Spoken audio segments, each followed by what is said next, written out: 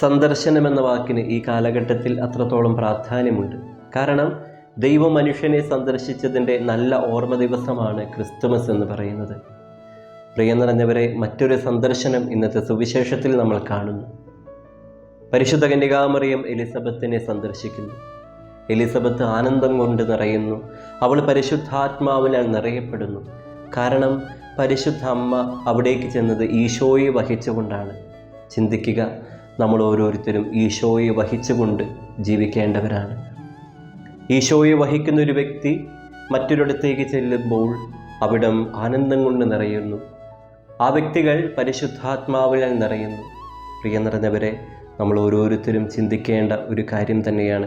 എൻ്റെ സാന്നിധ്യം മറ്റുള്ളവർക്ക് ആനന്ദം കൊടുക്കുന്നതാണോ? ഒരു അഭിഷേകത്തിൻ്റെ സാന്നിധ്യമാകാൻ എനിക്ക് സാധിക്കുന്നുണ്ടോ എന്ന് ചിന്തിക്കുക. ദൈവം സഹായിക്കട്ടെ. വിശുദ്ധമായ സന്ദർശനങ്ങൾ ഇനിയും നമ്മുടെ ജീവിതത്തിൽ ഉണ്ടാകട്ടെ. ആമേൻ.